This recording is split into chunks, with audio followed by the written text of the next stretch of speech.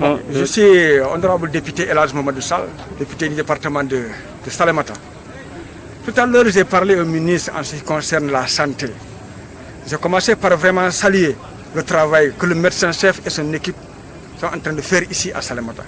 Mais quelquefois, j'ai parlé avec un corps très meurtri. Parce que, avant même l'arrivée de cette pandémie, il y avait 2 médecins ici. Mais d'un seul coup, je vois le deuxième médecin est parti, encore un autre infirmier. Il était aussi très qualifié, qu'on a affecté à Thiès. Aujourd'hui, c'est le seul médecin que nous avons dans le département de Salémata, qui travaille nuit et jour. Même si on soupçonne quelqu'un quelque part, c'est lui qu'on détache, il part, après qui va rester au centre de santé. Voilà pourquoi j'ai dit au ministre qu'aujourd'hui, Salémata constitue une base de garde. On ne doit pas déprimer, le centre de santé de Salémata.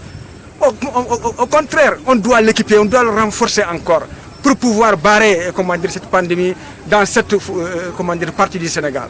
Comme je vous l'ai dit, Salémata, c'est une base de garde. Il faut qu'on renforce encore. Il faut qu'on renforce et la sécurité et la santé.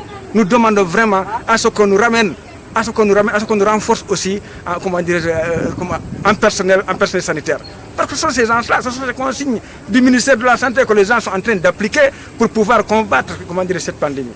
Et si aujourd'hui ils sont partis, je lance vraiment un appel au ministre de la Santé qui est mon ami, que je respecte beaucoup, qui écoute beaucoup encore ce que je lui dis. Je lui demande vraiment de nous ramener encore. On a besoin du personnel, nous sommes à la frontière. Aujourd'hui, la Guinée est malade. Nous sommes à 40 km avec la Guinée-Conakry. 40 km. Aujourd'hui, là, c'est une porte d'entrée, une porte de sortie.